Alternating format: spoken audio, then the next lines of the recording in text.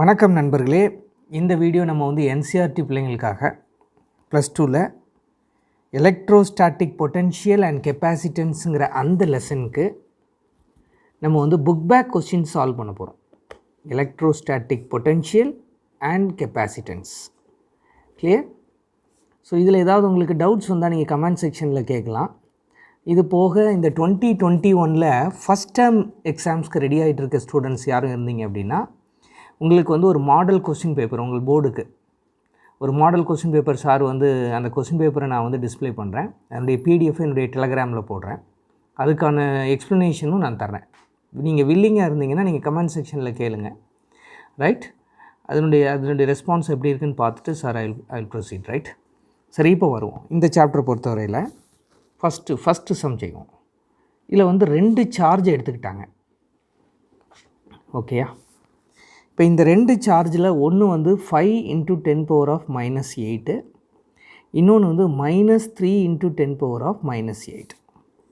இந்த 2 கடையில் உள்ள தூரம் 16 centimetre. They are 16 centimetre apart. இப்போ இதில் எந்த பாயிண்டில் ஜீரோ பொட்டென்ஷியல் வரும்னு கேட்குறாங்க. So generally if it is any point நீங்கள் நெட் பொட்டென்ஷியல் கண்டுபிடிக்கணும்னா since potential is a scalar, ஒரே ஒரு ரூல் தான். அந்த பாயிண்ட்டுக்கு எத்தனை பொட்டென்ஷியலுக்கு வாய்ப்பு இருக்கோ அத்தனையும் நீங்கள் ஆட் பண்ணிடணும். அப்போ ஃபார் எக்ஸாம்பிள் நம்ம இதை ஒரு பாயிண்ட்டாக எடுத்துப்போம். ரைட்டா? அதை எக்ஸ் நமக்கு தான் தெரியாதே. அப்போ இதில் மீதி இருக்கிற தூரம் எவ்வளவு? 16 - x. சென்டிமீட்டரில் தான் வச்சுருக்கேன், மாற்றலை. கடைசியில் கூட மாற்றிக்கலாம், ஒன்றும் ப்ராப்ளம் இல்லை. சரிங்களா? இப்போ இதை ஹேண்டில் பண்ணுறேன். ஃபஸ்ட்டுக்கு ஃபார்முலா என்ன? k × q/x. இதான formula? Plus k × q/16 - x. See, listen here. இங்கே சார்ஜ் என்ன சைனில் இருக்கோ அந்த சைன்லேயே இதை நீங்கள் ஹேண்டில் பண்ணணும். ஏன்னா ஒரே ஒரு ரீசன் தான். Since potential is a scalar, ஃபார்முலாவும் ஒன்று தான், லாஜிக்கும் ஒன்று தான். இப்போ இவங்க என்ன பண்ணிட்டாங்க, இந்த பாயிண்டில் நெட் பொட்டென்ஷியல் 0ன்னு சொன்னதுனால இதில் 0 போட்டுட்டேன். இப்போ இதில் k, இது எப்படி வரணும்? q/x -q/16 - x இப்படி வருது, ஈக்குவல் டு 0. ஸோ இந்த வேல்யூ பற்றி நம்ம மதிக்கவே வேண்டாம், இதை மட்டும் அரேஞ்ச் பண்ணால் போதும். அப்போ q/x will be equal to, இதை தான் இந்த பக்கம் எடுத்திருக்கேன், அப்போ ப்ளஸ்ஸாக இருக்கும், ப்ளஸ் q/16 - x. இனி இந்த வேல்யூ போடுங்க. q க்கு 5 × 10⁻⁸/x. இப்போ இங்கே அதே மாதிரி மைனஸ் இருந்தால் கூட நான் அதை ஆல்ட்ரு பண்ணி தான் ப்ளஸ் ஆக்கியிருக்கேன். So 3 × 10⁻⁸/16 - x. கிளியர்? இந்த -8 கேன்சல் பண்ணிடுவோம். இப்போ இதை அப்படியே கிராஸ் மல்டிப்ளை பண்ணுங்கள். அப்போ 80 - 5x will be equal to 3x.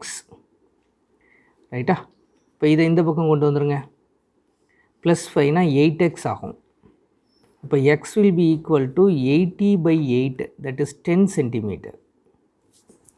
Okay தானே? 10 சென்டிமீட்டரில் உங்களுக்கு ஜீரோ பொட்டென்ஷியல் ஆகுது. வேறு எங்கேயும் ஆகுமானா ஆகும்.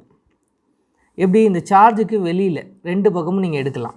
இப்போ ஃபார் எக்ஸாம்பிள் இந்த உள்ளே எடுத்த எக்ஸை நீங்கள் இந்த பக்கத்தில் எக்ஸ்ன்னு எடுக்கலாம், இதுலேயும் ஆகும். அப்போ ஒருவேளை அதை நீங்கள் அப்படி ஹேண்டில் பண்ணிங்கன்னா என்ன இருக்கும்? சார்ஜை ஒன்றும் செய்ய மாட்டேன், 5 × 10⁻⁸/, இப்போ இதில் சார்ஜிலேருந்து உள்ள தூரம் எக்ஸ்ன்னு வச்சுப்போம்.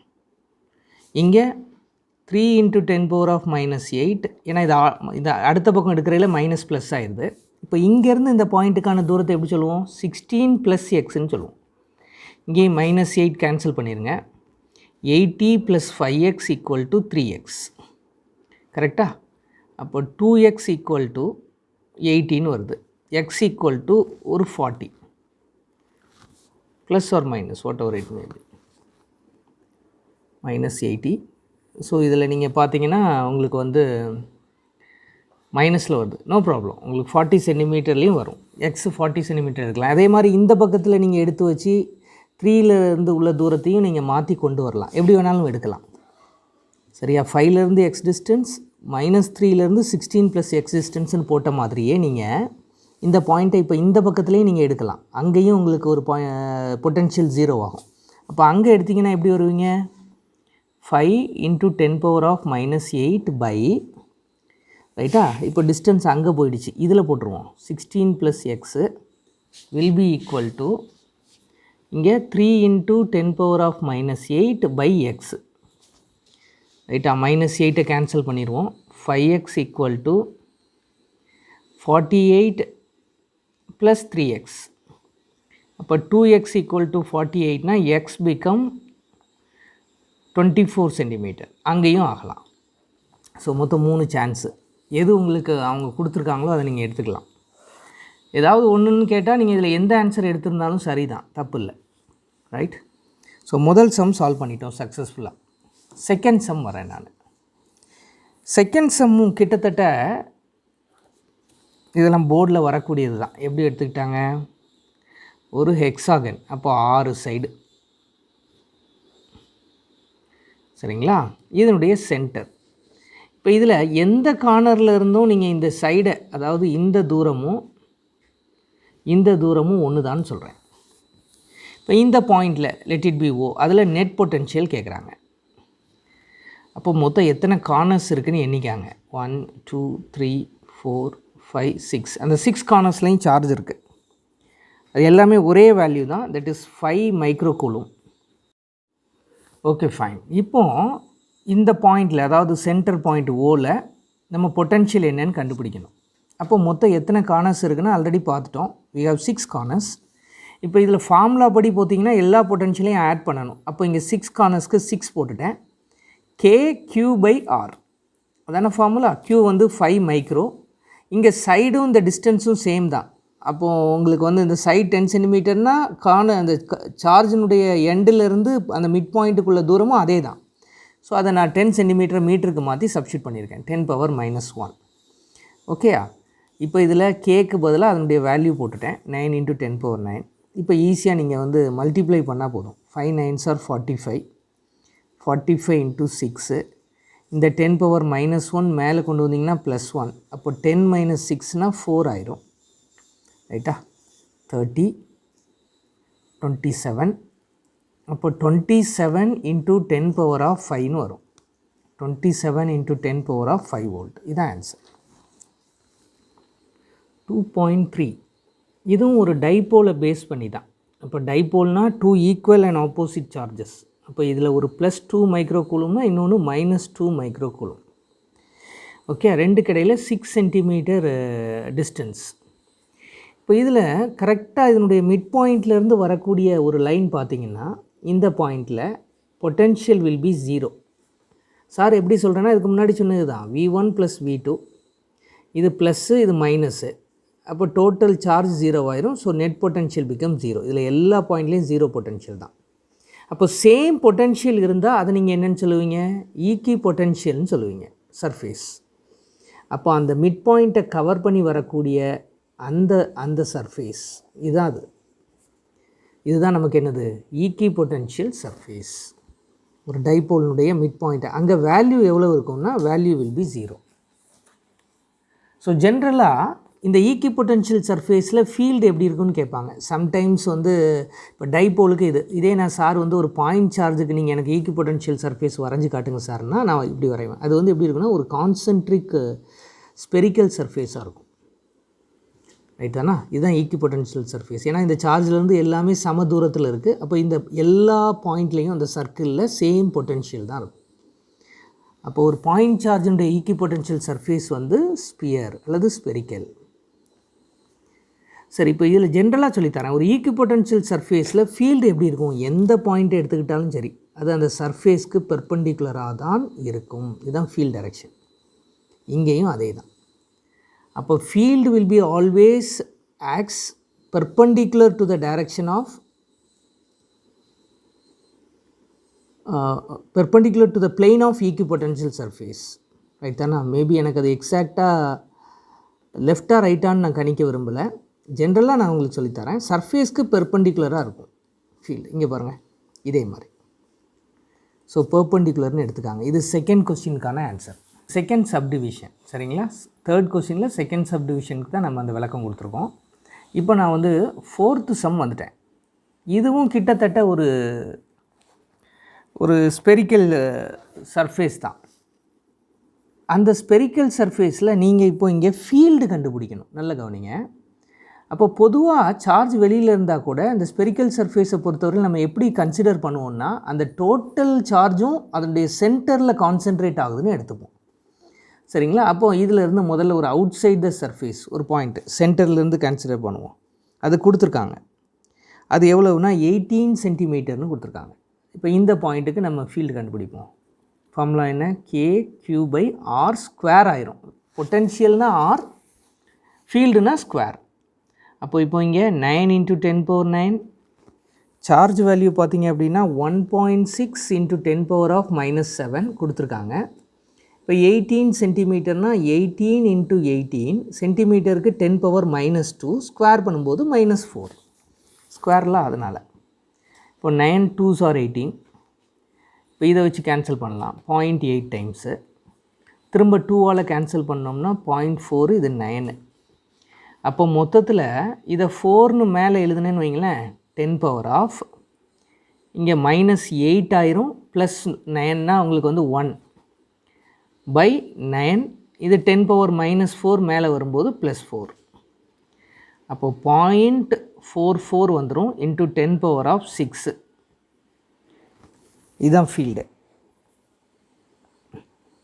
ஓகே தானே? 0.44 × 5 தானே, 5. இதுதான் ஃபீல்டு. ரைட்டா? Second one, on the surface இங்கே கேட்டாங்கன்னா அப்போது இந்த ஸ்பியர்னுடைய ரேடியஸ் என்னன்னு பார்க்கணும். ஸ்பியர்னுடைய ரேடியஸ் பார்த்திங்கன்னா 12 சென்டிமீட்டர். இப்போ அதுக்கு கால்குலேட் பண்ணிங்கன்னா என்ன கால்குலேட் ஆகும்? E = KQ/R². இப்போ இங்கே ஆறுங்கிறது 12 சென்டிமீட்டர். அப்போ 12 × 12 × 10⁻−4. இப்போ கேன்சல் பண்ணுவோம். 3 3s are 9, 3 4s are 12. 4 வந்து இங்கே 0.4 டைம்ஸ்.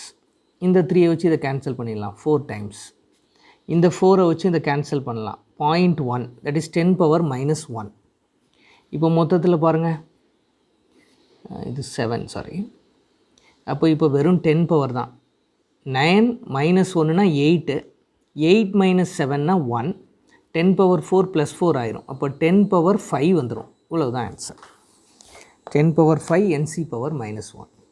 சரி, லாஸ்ட்டாக இப்போ ஒருவேளை ஒரு பாயிண்ட்டு உள்ளே எடுத்தோம்னா இந்த மாதிரி, if any point lies inside the sphere, இதுக்கு என்னன்னு கேட்பாங்க. ஃபீல்டு கண்ணை மூடிட்டு போட்டுருங்க. ஒரு ஸ்பெரிக்கல் ஷெல்லில் ஃபீல்டு வந்து 0. லாஜிக் ஓகேயா? சரி, இதில் நான் அவங்க சொல்லலை, நான் இங்கேயே நடத்தி தரேன் உங்களுக்கு. இது ஒரு பேசிக்குங்கிறதுனால உங்களுக்கு சொல்லித்தரேன். அப்போ அங்கே பொட்டென்ஷியல் எப்படி இருக்கும்னு கேட்பாங்க இந்த ஷெல்லுக்குள்ளே. திரும்பவும் தெளிவாக பதிவு பண்ணுறேன் இதை. Potential will be always constant in case of spherical shell. எங்கே உள்ள எந்த பாயிண்ட் எடுத்தாலும் ஒரே வேல்யூ தான் இருக்கும். அது என்னென்னா KQ/R. சரியாச்சா? இப்போ இந்த 2 கேஸை மட்டும் எடுத்துக்கிறேன். இதை கிராஃபாக உங்களுக்கு வரைஞ்சி காட்டுறேன். இதுவும் உங்களுக்கு வந்து ஒரு பேசிக் கொஸ்டின்ஸ் தான். இப்போ டிஸ்டன்ஸ் 6, இதில் முதல்ல ஃபீல்டு வரைகிறேன். அப்போ ஃபீல்டை பொறுத்த வரையில் ஹியர் இதுதான் அந்த ஸ்பியர்னு வச்சுக்காங்க. அதில் புரியணுங்கிறதுக்காக அதை டாட்டட் லைனில் வரைகிறேன்.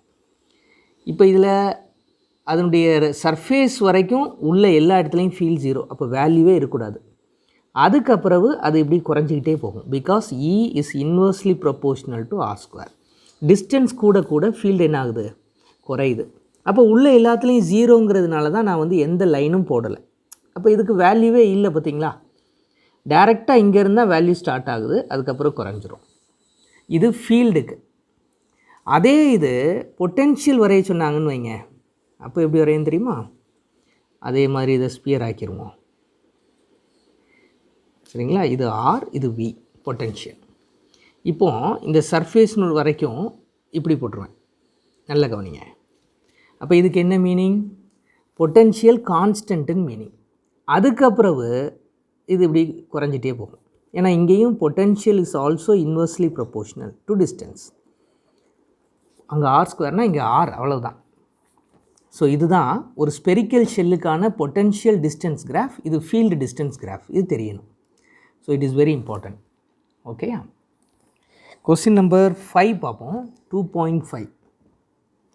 ஸோ இதில் என்ன கொடுத்துருக்காங்க அப்படின்னா நல்ல கவனிங்க, இது ஒரு பேரலல் பிளேட் கெப்பாசிட்டர், ரைட்டா? அப்போ மேபி இதில் பாசிட்டிவ் சார்ஜ், இதில் நெகட்டிவ் சார்ஜ் இருக்கலாம். இந்த பிளேட்டுக்கு இடையில் உள்ள டிஸ்டன்ஸ் வந்து டி. இது வந்து ஏர் மீடியத்தில் இருக்குது. அப்போ ஜென்ரலாக இதுக்கு கெப்பாசிட்டன்ஸ் ஃபார்முலா என்ன எழுதுவோம்? Epsilon not A/D. இதுதான் ஃபார்முலா. இதை அவங்க கண்டுபிடிக்க வேண்டாம், நாங்களே கொடுத்துட்றோன்னு சொல்லி கொடுத்துட்டாங்க. அப்போ அதுக்கு வேல்யூ பார்த்தீங்கன்னா 8 பிகோஃபெரட். பிகோனா 10⁻⁻12. இதான் அவங்க கொடுத்துருக்கிற வேல்யூ. இப்போ நம்மளை என்ன பண்ண சொல்கிறாங்க? இந்த தூரத்தை குறைச்சி, அப்போ எப்படி? முன்ன இருந்ததை விட இப்போ பாதி.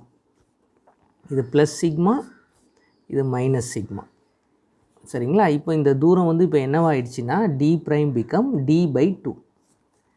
அதுக்கப்புறம் இதில் என்ன செய்கிறோம்? ஒரு டைஎலக்ட்ரிக்கால் ஃபுல்லாக நிரப்பிடுறோம். இதுதான் டைஎலக்ட்ரிக். இதை வச்சு நிரப்பிடணும். இந்த டைஎலக்ட்ரிக்கினுடைய ரிலேட்டிவ் பெர்மிட்டிவிட்டி அதையும் நம்ம கேன்னு தான் எடுப்போம். ப்ரீவியஸாக நம்ம கே பயன்படுத்துகிறது வந்து அந்த ப்ரொபோஷ்னாலிட்டி கான்ஸ்டன்ட், அதாவது 1/4πε0 9 × 10⁻9ஐயும் கேன்னு சொல்லுவோம். பட் அந்த கே எடுத்து இங்கே குழப்பிடாதீங்க. இந்த இடத்துல கேங்கிறது ரிலேட்டிவ் பெர்மிட்டிவிட்டியை மீன் பண்ணுது, சரிங்களா? எக்ஸாக்டாக சொல்லணும்னா எப்சிலான் ஆர், இதுதான் அதுக்கான விளக்கம். பட் உங்கள் புக்கில் அந்த கேங்கிற டேமே பயன்படுத்தினதுனால நான் அதை பயன்படுத்திக்கிறேன். அப்போ இந்த கே வேல்யூவை பொறுத்த வரையில் இங்கே எவ்வளோ கொடுத்துருக்காங்கன்னா தட் இஸ் 6 கொடுத்துட்டாங்க. இப்போ இந்த இதுக்கு நம்ம நியூ கெப்பாசிட்டன்ஸ் கண்டுபிடிக்கணும். அப்போ ஃபார்முலா என்ன? K epsilon not A/D. இப்போ இங்கே தூரம் d' அப்படி எடுத்துக்கிறேன். அப்போ இப்போ கே எப்சிலான் நாட் A/ இந்த d''க்கு பதிலாக என்ன போட்டுடலாம்? d/2ன்னு போட்டுடலாம். 2 மேலே போயிடுச்சு, சரிங்களா? கே வேல்யூ எவ்வளவு? இங்கே இட் வாஸ் கிவன் அஸ் 6. இப்போ 6 × 2 × இந்த எப்சிலான் நாட் A/D தான் இங்கே கொடுத்துருக்கானே 8 × 10⁻⁻12. அவ்வளவும் மல்டிப்ளை பண்ணுங்கள். 96 பிகோஃபெரட். முடிஞ்சது சம். ஓகேயா?